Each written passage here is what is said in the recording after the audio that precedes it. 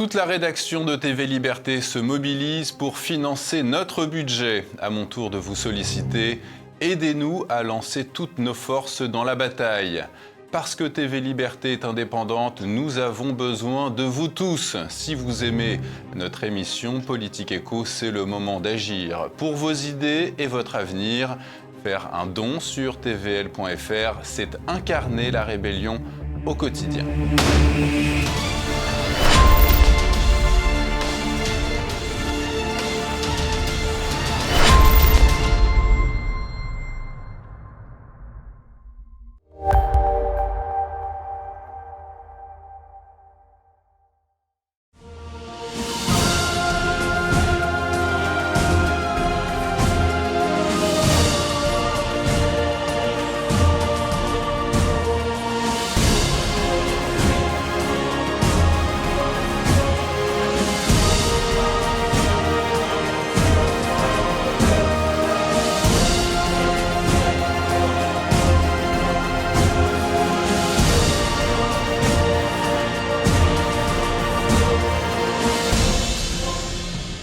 Chers téléspectateurs, bonjour et bienvenue sur TV Liberté dans l'émission historique Passé-Présent. Nous allons parler Grèce antique aujourd'hui et plus particulièrement des Spartiates et de leurs services secrets. Le terme que nous préciserons avec notre invité vous paraîtra peut-être anachronique, mais finalement les Grecs n'ont-ils pratiquement pas tout inventé dans notre civilisation ? Que ce soit en matière de philosophie, de mathématiques, de médecine, de navigation, d'architecture, ils avaient aussi une pratique sophistiquée de la fonction secrète. Sparte, système d'ordre conçu pour être et durer, créa des formes politiques originales qui lui permirent de combattre impitoyablement tout ce qui pouvait présenter un danger pour l'État. Elle y intégra la fonction secrète par obligation comme un mal nécessaire à la survie de la cité pour, au départ, combattre la guérilla des Messéniens.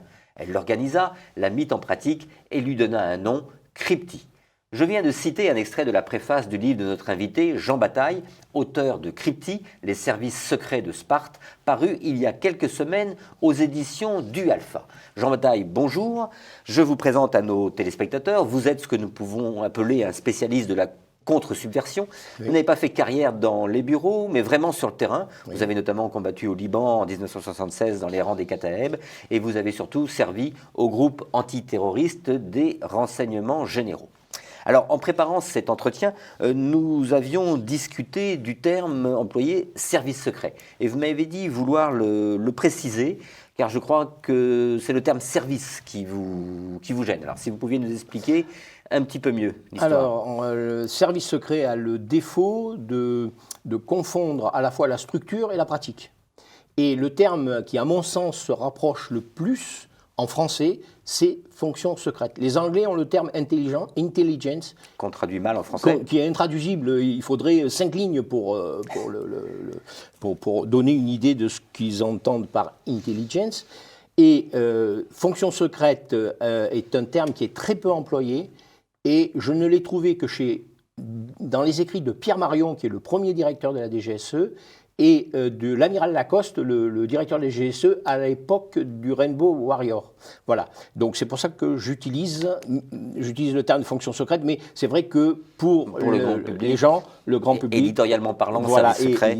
Service secret, ça leur parle mieux. Donc dans ce livre Cryptie, donc paru chez Du Alpha, est-ce que vous pouvez planter le décor, expliquer à nos téléspectateurs déjà quelle époque vous couvrez et Sparte dans tout ça? Quelle est la position de Sparte par rapport aux autres grandes cités? Ça se situe entre le 8e siècle avec les Lycurgues, le législateur mythique de Sparte, qui institue la Cryptie dans sa cité, mais comme concept de séparation et de protection. C'est-à-dire qu'il interdit aux étrangers de venir à Sparte, et il empêche les Spartiates de voyager, à quelques exceptions près, et notamment, on va le voir plus loin, les espions spartiates qui, eux, pouvaient quitter Sparte pour aller espionner les autres cités. Ensuite, Sparte est confrontée à une grande crise, c'est les guerres de Messénie. La Messénie est une région de Doriens, comme les Spartiates, mais séparée par comment dire, une chaîne de montagnes. Et la Messénie se situe à l'ouest et elle est très riche sur le plan agricole. Donc les Spartiates s'attaquent à la Messénie, mais les Messéniens résistent et résistent à tel point qu'ils utilisent une forme de guerre dérégulée, une forme de guérilla qui met en échec Sparte. Et nous sommes à quelle époque là à peu près? Là on est en 6e siècle. D'accord.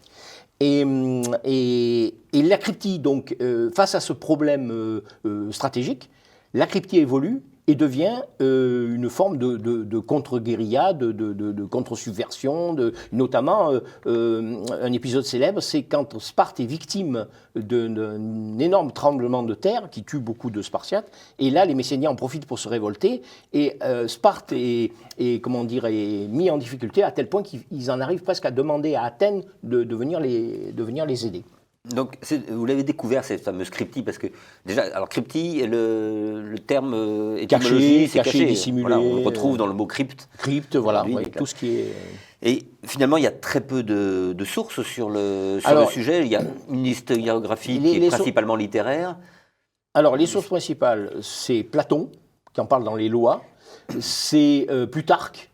Mais Plutarque, c'est tardif par rapport à la Grèce antique. C'est un grec, mais romanisé, en fait. Et vous avez des petits auteurs comme Héraclite Lesbos ou Philarque qui évoquent. Et vous avez aussi un papyrus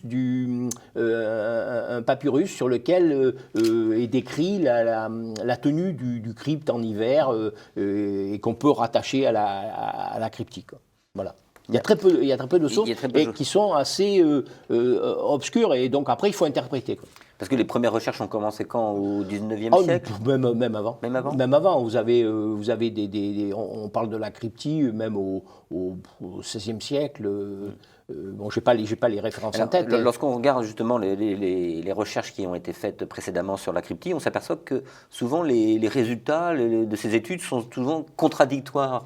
Alors, elles sont contradictoires et même orientées pour le XXe siècle ou de nos jours, mais orientées pourquoi? Parce qu'on est sur un sujet finalement elles ont été très orientées technique. Parce qu'il y a des gens des historiens professionnels qui se sont attachés, qui ont une haine arabique contre Sparte, et ils ont complètement dénaturé les études du XIXe siècle, où tous les chercheurs allemands, anglais et français avaient bien compris ce que c'était.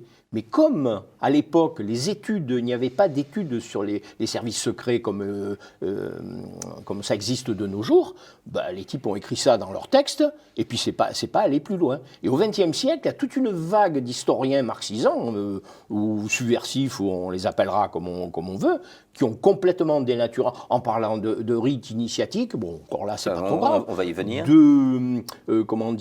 D'enlèvement pédérastique, en comparant à certaines tribus africaines, enfin bon, du grand n'importe quoi, par rapport à la haute culture grecque, en fait. Alors, on va revenir aux origines. Donc, véritablement, les origines de la cryptie dans la cité donc spartiate. C'est Lycurgue, ensuite les guerres de Messénie, et après, il y a l'énorme guerre mondiale en Grèce, c'est la guerre du Péloponnèse, de 431 à 404, et là, la cryptie, on l'a sur toutes ses facettes, et donc j'engage, là aussi, l'auteur que j'ai oublié, c'est Thucydide, qui écrit sur la plus grande partie, en fait, il ne va pas jusqu'au bout. C'est Xénophon qui reprend dans les Helléniques.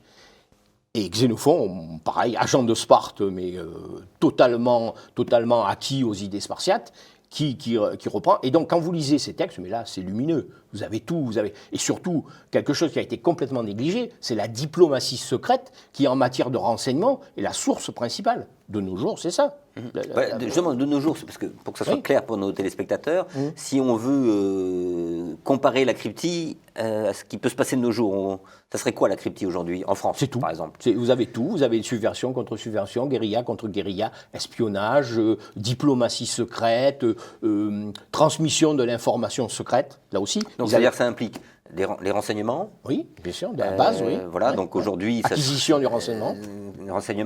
Ça implique également de la lutte contre la subversion intérieure. Opération de commando. Mais subversion intérieure également? Oui, ah ben oui, là aussi, vous avez la conspiration de Cynadon, là, donc c'est au 5e siècle, et Cynadon est un déclassé, mais qui, souvent dans les services secrets, vous trouvez ce genre d'individu.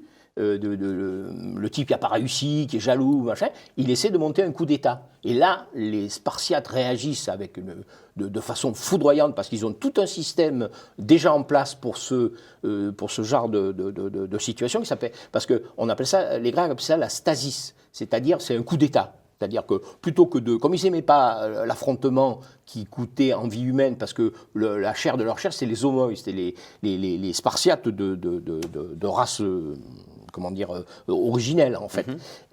Donc ils ne voulaient pas ils voulaient pas les voir mourir au combat, donc ils utilisaient tout un tas de techniques pour ne pas avoir à avoir un affrontement hoplitique, comme par exemple vers la fin à Leuctre, où ils ont perdu 400 Spartiates et ils voulaient sauver le corps de leur roi, donc ils essayaient d'éviter ça au maximum. Donc ils utilisaient toutes les autres méthodes basées sur l'intelligence rusée, la métisse, pour ne pas en arriver là. D'accord. Donc on a en gros espionnage, contre-espionnage, mais également ce qu'on appellerait aujourd'hui les forces, forces spéciales. Vous aviez les IPIs, c'était les fameux 300, ils étaient 300, ils étaient dirigés par des hypagrètes. Il y avait un doyen des hypagrètes qui... les hypagrètes, ce sont les officiers. Voilà, les officiers qui commandaient une centaine d'IPS. Vous aviez un doyen qui était le chef de l'ensemble, et sous les ordres des efforts, qui étaient en fait les chefs des services secrets spartiates. D'accord. Et alors, vous parliez des hoplites tout à l'heure, donc on connaît les hoplites avec leur grande lance et leur bouclier, leur formation très... Guerre classique. Très carrée. Combat classique. Guerre classique. L'équipement du combattant de la cryptie, on l'appelle comment le cryptoi? Le cryptoi en grec. Donc on va dire le crypte, ça sera plus simple. Voilà, ouais. Donc l'équipement du crypte, on sait en quoi il consiste? Tout. Il prenait à l'entraînement, il avait une tenue d'été, une tenue d'hiver, qui est décrite d'ailleurs par Plutarque et par le papyrus, du papyrus du British Museum.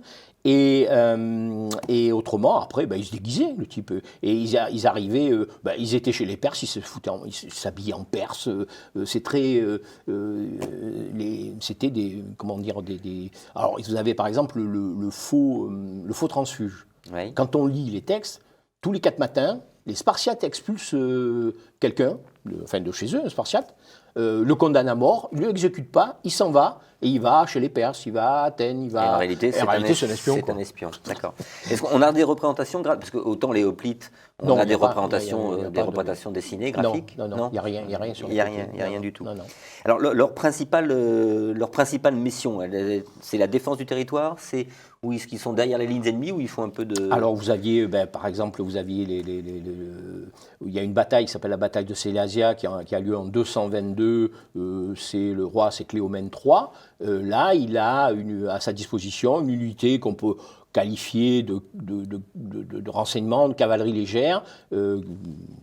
C'est cité, le texte parle de crypte, et qui se projette pour aller voir l'adversaire, essayer d'avoir des renseignements sur l'adversaire. Voilà, c'est un exemple. C'est un exemple. Voilà.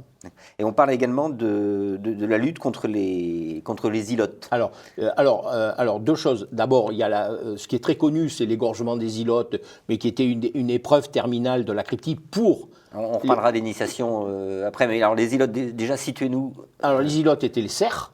Ouais. Alors, il y avait 2 types d'ilotes. Les ilotes de Laconie, qui étaient donc qui vivaient avec les Spartiates, qui leur servaient parce que le Spartiate ne travaillait pas, il avait un cléros, une petite propriété, et cultivée par des ilotes. Et ils avaient les ilotes de Messénie, qui étaient donc colonisés, en fait. Et là aussi, comme la Messénie était beaucoup plus riche que Sparte, ils tiraient aussi leur revenu le statut des ilotes, en gros, c'est le statut des serfs au Moyen-Âge. Alors là aussi, il y a quand même quelque chose d'extraordinaire. On reproche aux Spartiates d'avoir des serfs et des esclaves, alors que c'était généralisé dans tout le monde antique. C'est extraordinaire. Et on le reproche qu'à eux. Alors, visiblement, ces ilotes posent parfois problème. Donc là, on utilise les cryptes pour... Alors, ils les terrorisent en permanence, notamment en les faisant exécuter la nuit par des apprentis cryptes qui sont en stage. Oui. Eux, il faut relativiser, ils devaient en tuer une vingtaine par an, quoi. Et ils devaient en louper un bon. Parce que quand on voit, c'est pour ça que dans le livre, je donne des détails sur l'utilisation du couteau pour éliminer un individu. C'est d'une complexité inouïe. Et la sélection ne devait pas se faire sur ça. Et d'ailleurs, Plutarque reconnaît lui-même que la sélection des cryptes était basée sur l'intelligence. Il recrutait les plus intelligents. Parce que, quelle était l'organisation finalement de son, on pourrait appeler nous, le service militaire, si vous voulez, chez les Spartiates? Vous aviez l'armée civique à base à partir de quel âge déjà les jeunes gens étaient enrôlés? Vous aviez un système éducatif qui s'appelait l'agogé. On peut considérer 18 ans à peu près. Donc assez tardivement finalement, pour l'époque. Oui, mais regardez, ça correspond à peu près au service militaire français, 18-20 ans.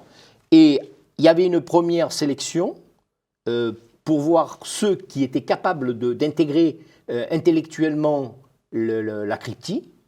Donc, et ils ne gardaient que les meilleurs, mais pas obligatoirement physiquement, mais surtout intellectuellement, parce qu'il fallait admettre, si vous voulez, le fait par exemple, quand vous étiez considéré comme un faux transfuge, il fallait pouvoir se couper de toute sa famille et pas vendre la mèche, quoi. Et donc, il fallait des types qui, intellectuellement... Et là, les sources racontent le recrutement ? Oui, Plutarque, qui survole, il ne donne pas les détails, mais il dit que, après l'agogé, la formation à la cryptie commençait, pour certains, avec un système de sélection. Et il parle après de stage terminal où le crypte dissimulé... On va parler de certains historiens, je crois que c'est Henri Jeanmaire, qui parlait de rite initiatique très dur que Platon évoque. Donc on parle, vous l'avez évoqué, mais on va le repréciser. Oui. Donc la chasse aux ilotes, est-ce que ça fait partie, j'allais dire, de l'entraînement, de l'initiation Il y a toujours rite initiative dans ce genre il devait se retrouver les cryptes une fois, comment dire, il devait y avoir des cérémonies qui leur étaient propres. Donc on n'a pas de preuves. Devant l'autel, à mon avis, l'autel d'Artémis Orthia, qui est une déesse spécifique, une version d'Artémis spécifique à Sparte. Et au flambeau, il devait se remettre un signe distinctif, un poignard, taché du sang de l'ilote, vous voyez, mais comme dans toutes les troupes d'élite. Il n'y a rien de bien. Bien sûr, il y a rite initiatique, mais ce n'est pas la partie la plus... La partie primordiale, c'est l'efficacité. C'est l'efficacité. Et les auteurs parlent également de relégation en dehors de la ville pendant une période donnée. C'est ça, c'est le stage commando. C'est le stage commando. Le stage de survie, commando. Alors, on parle d'un an, Plutarque parle d'un an, je crois. Platon aussi, qui l'évoque dans les lois. Donc, ça correspond. Il leur faisait un stage froid l'hiver et un stage avec les chaleurs de l'été méditerranéen. L'été, le type, il devait se débrouiller pour manger, il avait qu'un poignard. Alors, il parle de nu. Mais nu, ça veut dire sans équipement, pas de serviteur, pas de... Mais par contre, vous aviez alors des trucs absolument extraordinaires. Vous avez Lysandre, qui est le plus grand héros européen que l'on connaisse et dont on parle très peu. Rien que par son intelligence et sa ruse, il a réussi à vaincre Athènes, qui était la principale puissance... Donc lui était un crypte ? C'est un crypte, mais un crypte de très haut niveau. Ok, donc au niveau des coups de main, justement, est-ce qu'on a des coups de main célèbres de ces cryptes que vous pouvez nous raconter ? Voilà, vous avez la reprise du port de Gide par les Spartiates. Après si vous voulez, quand les Spartiates ont vaincu Athènes en 404, ils dominent toute la Grèce, et même ils s'attaquent à la Perse. Et ils sont relativement modérés, contrairement à ce qu'on pourrait penser. Ils ne détruisent pas Athènes, ils laissent Athènes... qui domine, mais sans raser la ville, il rase que les murailles. Et Thèbes commence à émerger, la puissance thébaine commence à sortir. Et là, ils sont vaincus en combat hoplitique par Thèbes. Du coup, c'est une défaite stratégique. Ils perdent le seul port stratégique qu'ils ont, qui est Gitom ou Gite, qui est au sud-ouest de Sparte. Et là, ils peuvent plus, leurs bateaux ne peuvent plus circuler, bien que ce soit une puissance continentale. Ils étaient quand même, pendant la guerre du Péloponnèse, ils avaient été obligés d'entretenir une flotte. Et là, il y a un commando, un Spartiate qui s'appelle Isadas, et on pense que c'est les cryptes en formation, une centaine de jeunes, qui se déguisent, qui se mettent, vous savez, comme une espèce de secte d'allumés, machin, qui fument des pétards. Et la ruse fonctionne très bien. Les Thébains qui gardent, ils ne voient rien venir, ils croient qu'ils rendent un culte à un dieu quelconque, et les types se rapprochent, arrivent devant les portes, ils sortent les couteaux, ils massacrent une partie des Thébains, les autres s'enfuient, ils reprennent le port. C'est un coup de commando que l'on peut comparer au coup de la reprise d'Aqaba par Lawrence, Lawrence d'Arabie, qui, si vous voulez, les Arabes n'avaient pas de port stratégique pour se ravitailler, que les Anglais ravitaillaient l'armée arabe, et il arrive par les terres, par le désert, au terme d'un périple extraordinaire, parce que c'est le pire désert qui pouvait exister, et il tombe dans le dos des Turcs, il reprend le port, et là, les Anglais peuvent amener qui dominent les mers, peuvent amener le ravitaillement. Donc c'est une comparaison historique. Quoi. Lorsque vous nous racontez ça, on pense évidemment au cheval de Troie. Oui, est-ce que le cheval de Troie est... C'est une ruse, ruse de guerre. Donc Homère Là, c'est pas les Spartiates, mais dans le cheval, il y a un Spartiate d'ailleurs. Oui. Et alors, il y a aussi, mais surtout, la grande héroïne, et là j'en parle dans mon bouquin, c'est Hélène de Troie, Hélène de Sparte. On l'a fait passer pour une femme séduite, mais en réalité, c'est la plus grande espionne même de la littérature européenne. Mais je le décris dans le truc qui... c'est-à-dire qu'en fait, elle est fille de Zeus, donc ruse primordiale. La marraine, c'est Aphrodite, qui est aussi une déesse améthyste, mais sous forme de ruse ondoyante. Donc, la métisse, la ruse intelligente. Voilà, l'intelligence rusée. L'intelligence rusée, pardon. Et donc ses frères sont les Dioscures, qui sont deux combattants, et elle a une demi-sœur qui est Clytemnestre, en fait. Puisque Clytemnestre est une mortelle, c'est pas une demi-déesse. Et donc Hélène est en train de danser comme par hasard devant l'hôtel d'Artémis Orthia, déesse de la Cryptie. Et là, elle est enlevée par Thésée. Thésée qui est un redoutable abruti. Quoi. Et mais comme elle est adolescente, il a un peu des scrupules, il l'a fait garder par sa mère. Les Dioscures veulent récupérer leur sœur, et je la fais court. Résultat, Thésée, il perd la royauté d'Athènes à cause de l'histoire d'Hélène. Et à partir de là, Hélène, donc la plus belle femme de Grèce, rassemble tous les Grecs, et elle leur fait jurer, elle va choisir un mari, mais tous les Grecs doivent s'unir au cas où il lui arriverait quelque chose. Et comme par hasard, quelque temps après, les Troyens arrivent, Paris l'enlève, elle part avec, et du coup, ça déclenche l'expédition.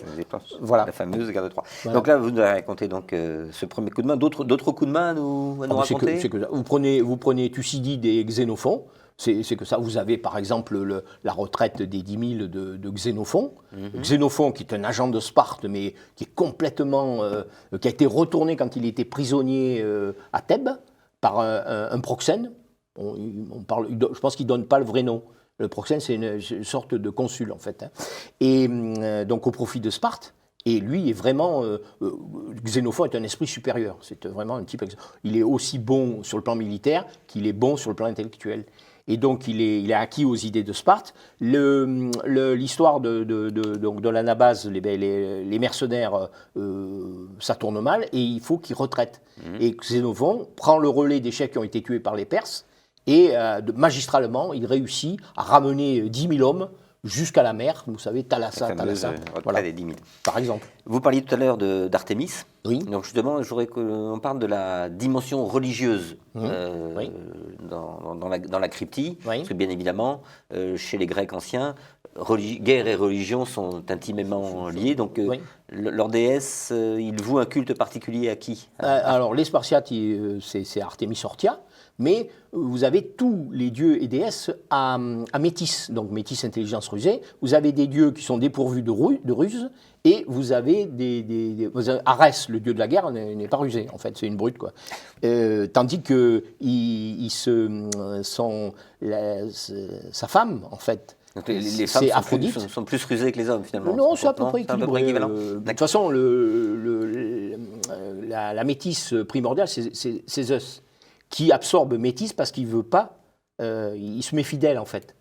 Et donc il engendre Athéna qui sort toute armée du crâne de son père en poussant un cri extraordinaire. Et Athéna aussi, qui est une déesse améthyste, Athéna est la déesse de la stratégie militaire. Donc la dimension religieuse de la cryptie, on peut la retrouver où? Dans l'initiation? Alors, plus particulièrement dans Artemis Orthia, qui est une déesse nocturne, donc améthyste, nocturne, déesse chasseresse, vierge, qui est aussi une déesse chourotrophe, c'est-à-dire qu'elle préside à l'initiation des jeunes hommes, en fait. Et donc, les Spartiates qui poussaient tout très loin avaient donc la version Artemis Orthia, qui était une spécialisation d'Artémis. Yeah. Est-ce qu'on peut parler parce que c'est ce qu'évoquent beaucoup d'historiens, ils présentent souvent la cryptique comme une vraie société secrète. Est-ce que le terme vous paraît exagéré? Oui, c'est comme pour l'initiation, oui, bien sûr, on peut appeler ça de troupe d'élite, société secrète. C'est pas la même chose, troupe d'élite, société secrète. Il n'y a pas longtemps, je suis tombé dans un parc avec un type du 13e, vous savez, le 13e RDP est à Bordeaux. Oui. Et donc, le type, on a eu un bon contact, il s'entraînait au couteau avec un autre... Dans un parc à Bordeaux. Ouais. Et donc, je vais le voir, et en rigolant, je lui fais une remarque, tout ça. On échange nos mails, et le type, après, il m'a dit ah oui, je suis allé voir sur Internet, machin. Et depuis, il ne me parle plus. Mais donc, je reviens à la cryptie. Donc, vous, le terme de société secrète vous paraît exagéré? On a l'impression que certains... On a l'impression que certains auteurs, historiens, ont essayé de présenter la cryptie comme une société secrète ésotérique, quelque chose de... Oui, mais là aussi, c'est comme l'initiation. L'ésotérisme, il vient parce que c'est humain. Vous avez après tous les types qui vont se raconter leur campagne, qui vont quand on a un peu fréquenté ce genre de milieu, c'est que ça, en fait. Et d'ailleurs, c'est ce qu'il y a d'assez... Mais il y a même dans les textes, vous avez un Pausanias, qui est un régent de Sparte, qui est pas du tout, qui est crypte, mais qui est nul. Et il finit mal. Et alors les types essaient quand même, les chefs des services, les efforts essaient de le sauver, mais il est tellement pas bon qu'à la fin, il craque, le type, et il se réfugie dans un temple. Vous savez, les Grecs se réfugient dans un temple, on ne pouvait pas les tuer. Et sa mère, Théano, arrive avec une brique. Et elle leur montre qu'il faut l'enterrer vivant, parce que sa mère considère qu'il est pas bon. Bien. Alors, est-ce que la cryptie a fait des petits, si je puis me permettre? Est-ce que, par exemple, dans les autres cités grecques, ont adopté le Oui, ça système? c'est un processus qui est général, c'est-à-dire que vous prenez les nageurs de combat modernes, donc c'est les Italiens qui étaient les meilleurs, les Allemands étaient pas mal, les Anglais étaient pas mal, les Français après-guerre ont eu leurs nageurs de combat. D'ailleurs, ils faisaient des stages chez les Italiens, par exemple. Voilà. Donc, vous avez le même processus. Et les Athéniens, après leur défaite de 404, se dotent d'un corps de crypte. Et c'est marqué sur des pierres, en fait. Il y a eu des cryptos athéniens. C'est le décret des Ramnousiens, un truc comme ça. Et quelle autre ville également? Vous avez Thèbes avec les fameux couples, vous savez, comment ils s'appelaient là, les 200, là, les couples ils avaient un corps d'élite je ne vais pas pouvoir vous répondre. À Thèbes, oui.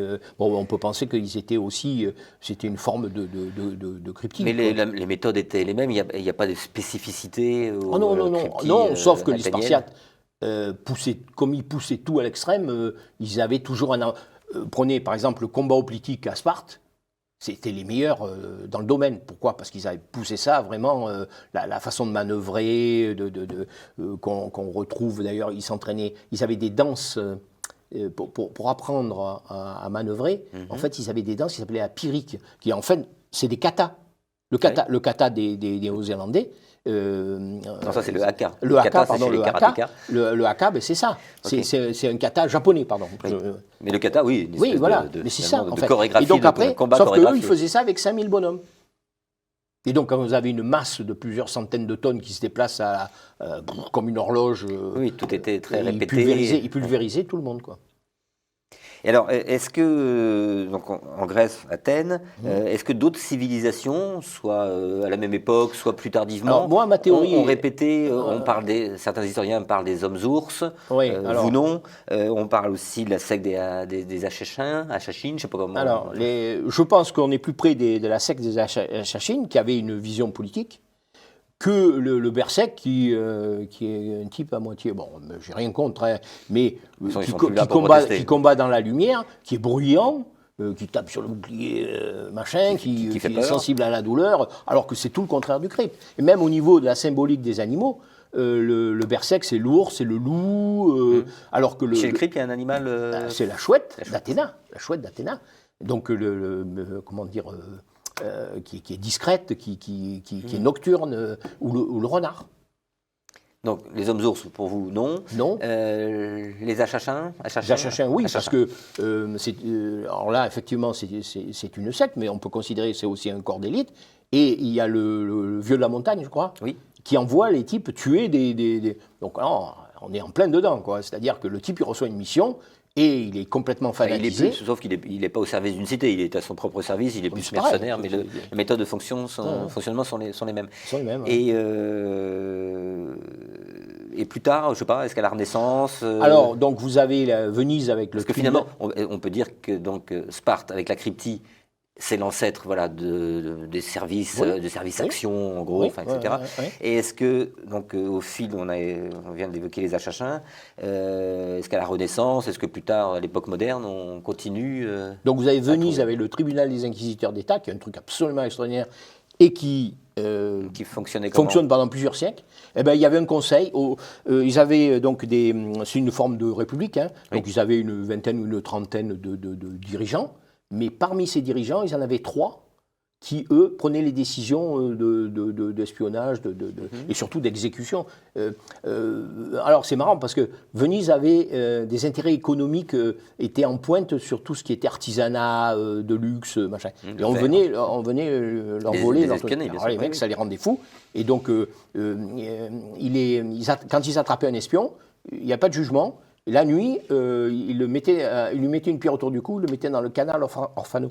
Et vous avez Montesquieu qui en parle et qui s'insurge en disant « mais c'est dégueulasse ce qu'il faisait ». Vous voyez, comme quoi, cette espèce de propagande anti-spartiate, on la retrouve aussi dans la bouche de Montesquieu contre le tribunal. C'est un peu, il y a un parallèle à faire aussi. Donc, vous avez le Vatican qui a des services secrets aussi, qu'on comprend très bien. Donc là, à quelle époque ? Je sais pas moi, du moyen, enfin de l'an 1000 à... je pense qu'ils les ont toujours d'ailleurs, je connais mal, mais il y a un bouquin, je crois, là-dessus. Qu'est-ce que vous avez ? Bon, il faudrait étudier aussi, j'ai un peu regardé la Chine, mais de toute façon, moi je pense que dès qu'il y a haute culture, il y a service secret sophistiqué. C'est obligatoire. Vous prenez par exemple les archives. Tous les chercheurs reconnaissent que les Grecs avaient des archives. Oui. Des rôles, des comptabilités très sophistiquées, machin. Alors, s'ils avaient ce type de documentation, pourquoi n'auraient-ils pas eu des archives de services secrets ? Enfin, je ne vois pas pourquoi ils se seraient privés de ça, si par ailleurs c'était commun à toute la Grèce. Toutes les cités avaient leurs archives. L'Amphiktyonie de Delphes, parce qu'ils avaient les trucs supraétatiques comme Olympie, Delphes, ils avaient des archives, ils tenaient des comptes, les types. Et en France ? En France, je sais pas moi, le BCRA. Non, mais en revenant plutôt... de nos jours ? Non, en remontant... Ah, en France, oui, le secret du roi de Louis XV, qui est aussi un truc assez extraordinaire, qui est très intéressant à étudier. Donc Louis XV, comme la cour, c'était une vraie passoire au niveau ragot, renseignement, avait décidé donc de fonder son propre service secret et qui était complètement hermétique, de manière à pouvoir prendre des décisions de façon secrète, quoi. Est-ce que la cryptie, on va revenir à Sparte, donc la cryptie, est-ce qu'elle a connu une évolution entre l'époque archaïque et l'époque classique à Sparte? Et est-ce que finalement, avec le déclin de Sparte, elle a disparu la dernière trace... Est-ce que les Romains ont continué ou... Alors, Sparte était, au IIe siècle, Sparte était alliée à Rome, en fait. Et Rome je crois me rappeler qu'en fait, Rome laisse une forme d'autonomie. Et est-ce que les Spartiates ont influencé, étant alliés avec Rome à une époque? Est-ce qu'ils ont... c'est possible, mais là, je n'ai pas de preuve. On n'a pas de preuve. Alors, moi, j'ai surtout étudié, parce que c'est gigantesque, en fait. Je continue à trouver des trucs tous les jours, quoi. Et il faudrait étudier la Sparte des 2e, 3e siècles, parce qu'il y a les diadoques, vous savez, après Alexandre.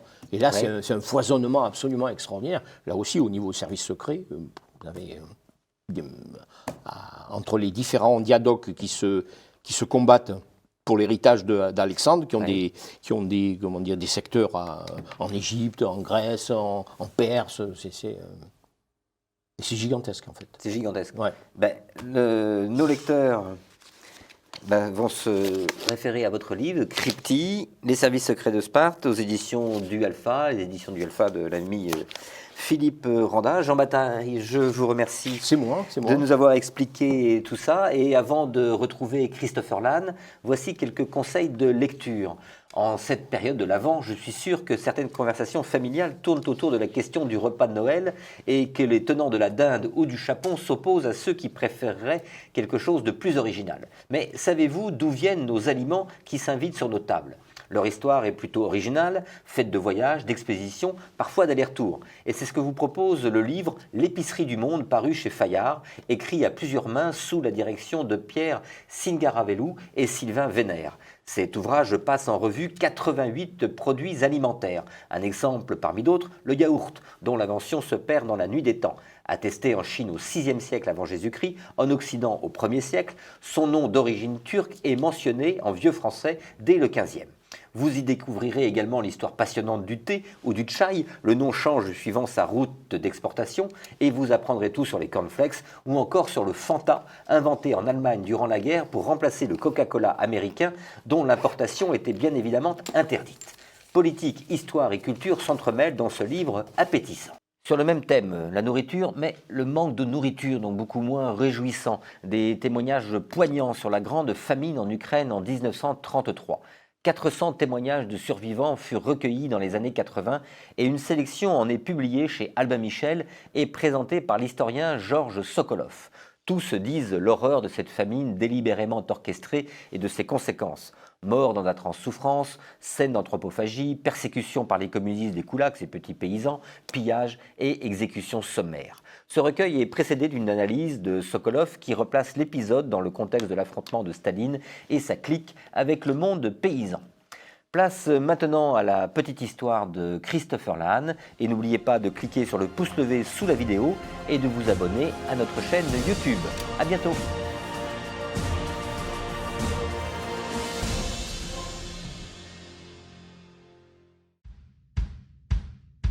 Ils ont été oubliés, mis de côté, certains d'entre eux n'ont reçu la Légion d'honneur qu'en 2004, soit 60 ans après le débarquement. Pourtant, les 177 membres du commando Kiefer ont bien été les seuls Français à participer au débarquement ce 6 juin 1944 aux côtés des Alliés en Normandie. Et en plus d'avoir eu ce rôle symbolique de représenter l'honneur de la France lors de cette opération, eh bien ils sont tout simplement à l'origine de nos actuels commandos de marine. Bref, leur parcours mérite le détour et c'est pourquoi je vous propose dans cet épisode de revenir sur l'histoire de ces héros français qui ont été longtemps oubliés.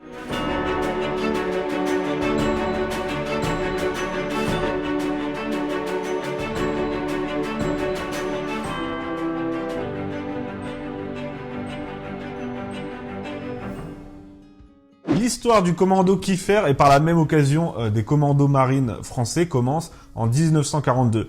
Mais l'histoire des commandos en général, petite parenthèse, remonte au XVIIIe siècle puisque les premières unités de commandos sont créées au sein de la colonie hollandaise du Cap. Il s'agissait d'unités à cheval, mobiles, légères, rapides, destinées à protéger les frontières. Donc voilà, ça c'était juste la petite anecdote pour faire le malin. Quoi qu'il en soit, c'est de ces unités que Winston Churchill décide de s'inspirer dès 1940 en voulant créer une force commando de 20 000 hommes pour mener des missions de renseignement et de destruction derrière les lignes ennemies. Impressionné par ces unités nouvelles, Philippe Kiefer, qui rejoint les forces françaises libres en Angleterre en juin 1940, obtient que ces marins, il en a une poignée à ce moment-là, soient formés avec les Britanniques et deviennent à terme une unité commando française à part entière. Le 23 mars 1942 est donc créée la première compagnie de fusiliers marins commando français en Angleterre à partir de quelques volontaires disponibles sous les ordres du capitaine de corvette Philippe Kiefer. Les hommes rejoignent alors le château d'Achnacarry en Écosse, désolé pour la prononciation, pour y être formés au même titre que les commandos britanniques et ce, alors que Churchill vient de valider la création d'unités commando alliées. Le but pour les Anglais, c'est d'avoir sur leurs ailes des étrangers capables d'opérer en Europe, en territoire occupé, de connaître le terrain et bien sûr la langue et les populations locales. Ils sont alors 29 Français en 42 et vont être formés pendant un mois au château en Écosse, dans un cadre austère, sauvage, difficile d'ailleurs quand les nouvelles recrues arrivent, que ce soit les Français ou les Britanniques, eh bien, elles passent devant des tombes fictives de soldats prétendument tombés au cours de l'entraînement. Donc ça annonce la couleur. Le 16 juillet 1942, les Français sont réunis au sein d'une unité à part entière, la troupe 1, et intégrés au commando interallié numéro 10. Et ils vont effectuer leur première mission le 19 août 1942 lors de l'opération Jubilé. Donc 15 Français vont participer à cette opération aux côtés des commandos britanniques lors d'un raid sur la ville de Dieppe. Après cette mission, leur existence est donc connue aux yeux du monde, tout comme celle des commandos en général, et le problème est à ce point pris au sérieux par Hitler que par un décret d'octobre 1942, le Führer ordonne d'abattre tous les commandos faits prisonniers. En gros, pour ces hommes, il n'y a que deux solutions, vaincre ou mourir. Ils vont ensuite participer à d'autres missions de reconnaissance, des raids aux côtés des Britanniques de 42 à 44, avant d'être intégrés à une gigantesque opération alliée, amphibie et secrète, prévue pour le 5 puis pour le 6 juin 1944. Je veux bien sûr parler du débarquement en Normandie. Quelques jours avant le débarquement, alors qu'ils sont encore en Écosse, les photos des objectifs de ce débarquement sont remises aux commandos. Le problème, c'est que certains de ces commandos sont normands. Il y a beaucoup de Bretons, mais il y a des Normands aussi. Et donc, ils reconnaissent les lieux en question, le port de Ouistreham, le casino. Donc, très vite, on se rend compte qu'ils ont reconnu les objectifs et les officiers anglais vont s'en rendre compte et vont être totalement paniqués. On a peur des fuites et c'est donc tout le bataillon des Français qui est parqué au régiment avec interdiction de sortir et de communiquer avec l'extérieur. Puis le 5 juin, c'est le transport en camion jusqu'à la Manche. Dans la nuit du 5 au 6, le décor est posé. Des centaines d'avions, de bombardiers obscurcissent le ciel. Puis ce sont des milliers de bateaux de guerre qui commencent à pilonner les côtes. Lors de la traversée, les membres du commando Kieffer sont à bord des barges 527 et 523. Et à l'approche des côtes, les barges des Britanniques ralentissent et laissent passer les Français devant. Et aussitôt Kieffer a compris, les Anglais veulent que les Français soient les premiers à toucher le sol de leur terre natale. Belle histoire, hein. Belle histoire, hein. Bah, pour une fois que j'ai un truc positif à dire sur les Anglais. Après, ok, laisser passer devant les Français, d'accord, mais laisser passer devant, ça veut aussi dire qu'on va ramasser plus que les autres, quoi, qu'on va ramasser en premier. Mais bon, ça va, j'arrête de tout gâcher, c'était un beau geste. À 7h32, les 177 Français du commando Kieffer touchent enfin le sol de France et la bataille s'engage. Leur objectif, c'est la brèche située à 500 mètres de Ouistreham. Et dans un premier temps, ils s'attaquent à une pièce de 50 mm qui tenait sous son feu les barges depuis un bon moment. Le commandant Kieffer raconte, je cite, « À ce moment précis, la terre et la mer semblaient soulevées par un grondement de tonnerre, bombes de mortier, sifflements d'obus, jappements agaçants de mitrailleuses, tout semblait concentré sur nous. Et en un éclair, les passerelles étaient jetées à terre, coiffées du béret vert, un premier groupe se rue sur la plage. » Puis l'attaque est lancée sur l'ex-casino de Rivabella que les Allemands avaient transformé en véritable forteresse. C'est encore un succès pour les Français et pour les Britanniques, ce qui permet au commando de s'avancer dans les terres et d'atteindre son objectif, c'est-à-dire joindre les troupes aéroportées britanniques, la 6e aéroportée, au pont de Bénouville, puis d'aller se fixer à Amfreville, où ils arrivent vers 20h. Bilan au soir du 6 juin, le commando Kieffer a perdu quasiment 25% de son effectif, beaucoup de blessés, donc Kieffer lui-même qui est touché 2 fois dans la journée et 10 soldats tués. Les hommes qui sont encore en place vont donc tenir la position jusqu'au 27 août en essuyant même une contre-attaque violente des Allemands et notamment une attaque de chars, puis ils vont être renvoyés en Angleterre pour se reformer et prendre un repos bien mérité. À la fin de la bataille de Normandie, le premier bataillon de fusiliers marins commando déplore 27 tués. Puis, fait d'armes moins connu, le bataillon est déployé lors de la campagne de Hollande à partir de novembre 1944.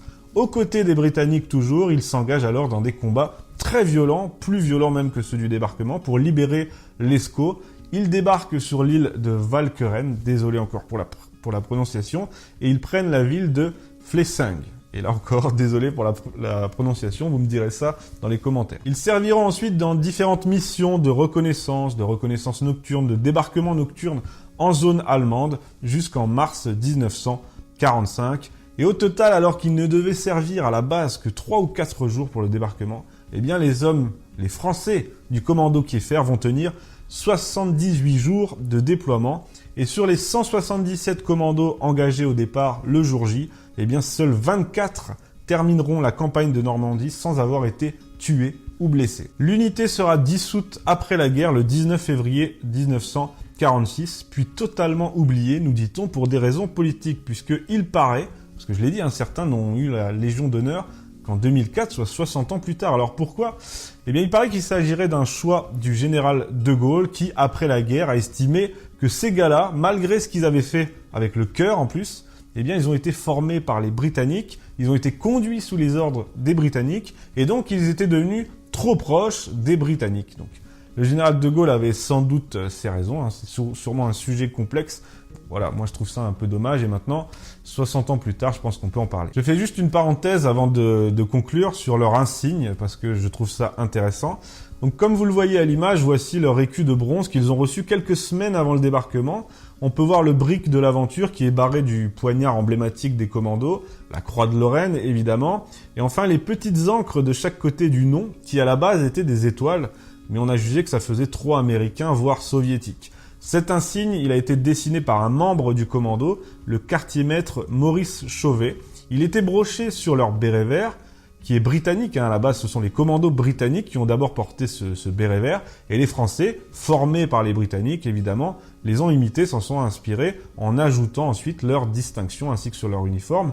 Et aujourd'hui encore, eh bien, les commandos de marine français portent le béret vert. Maintenant, pour conclure cet épisode, on peut se demander quel a été le rôle du commando Kieffer lors du débarquement en Normandie, puis de la campagne de Normandie. Évidemment, vous vous doutez de la réponse, 177 Français sur plus de 150 000 hommes, c'est une goutte d'eau dans l'océan, très clairement. Néanmoins, leur présence était nécessaire, je pense, et puis hautement symbolique, qu'il s'agisse de 177 commandos ou même d'un seul soldat, la France libre, on peut le dire, a participé à cette opération, et ça n'est pas rien. Ces hommes du commando Kieffer ont représenté l'honneur de la France, et à titre individuel, ils ont été un modèle de bravoure, d'engagement et de courage, et je dis ça, et je dis tout ça, en dehors de toute considération géopolitique. On peut penser ce qu'on veut de la guerre, c'est un sujet très complexe, mais ce qu'ils ont fait avec le cœur, mettant leur vie en danger, avec le cœur pour libérer la France, ça mérite le respect et c'est tout ce qu'on doit retenir. Et puis bien sûr, en dehors de leur participation à cette opération, ils ont été